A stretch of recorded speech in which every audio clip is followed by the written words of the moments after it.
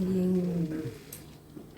je vais vous raconter comment j'ai rencontré Jésus.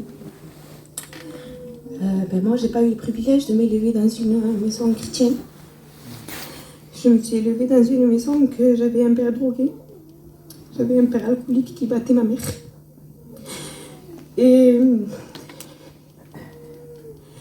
il est parti. Au bout d'un moment, il est parti et il nous a abandonnés.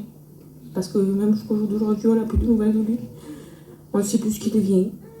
Et en grandissant, je me disais, tu vois, moi je ne veux pas avoir la vie de ma mère. Et je ne me chercherai pas un mari comme mon père. Et les années sont passées et j'ai fini par me marier. Et je me suis mariée avec... alors, il n'était pas peut-être un drogué, mais c'était un alcoolique.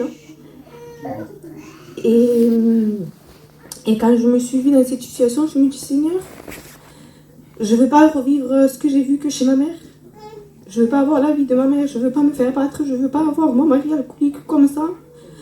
Parce que quand il buvait, il avait mauvaise boisson, et quand il rentrait, il se prenait la tête avec moi, il se tuait avec moi. Et bon, je disais, Seigneur, quand il partait de la maison, je priais, je disais, Seigneur, je ne veux pas avoir cette vie, j'aurais pas cette patience. Bon, ma mère, elle est peut-être restée 20 ans avec lui, mais moi, j'aurais pas cette patience. Et bon, moi, je connaissais déjà Dieu, et je priais. Et à un moment donné, les années sont passées et on n'arrivait pas à avoir d'enfant, moi et mon mari. Et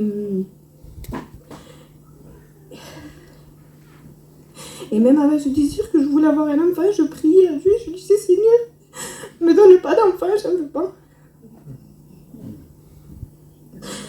Pourtant, c'est tout le contraire. Vraiment, quand tu n'arrives pas à avoir d'enfant, tu te dis, Seigneur, donne-moi un enfant. Et moi, je faisais le contraire. Je disais, Seigneur, je ne vais pas donner un père comme moi j'ai eu. Ne me donne pas d'enfant. Et les années sont passées. Et un soir, je m'étais mise dans la chambre. Et j'avais changé ma prière. J'avais dit, Seigneur, c'est pas grave. Donne-moi quand même cet enfant.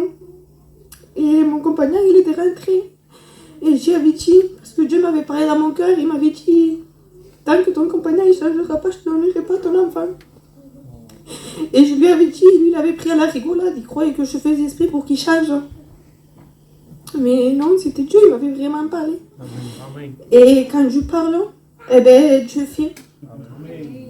Et quelque temps après, il a changé, il s'est mis à Dieu.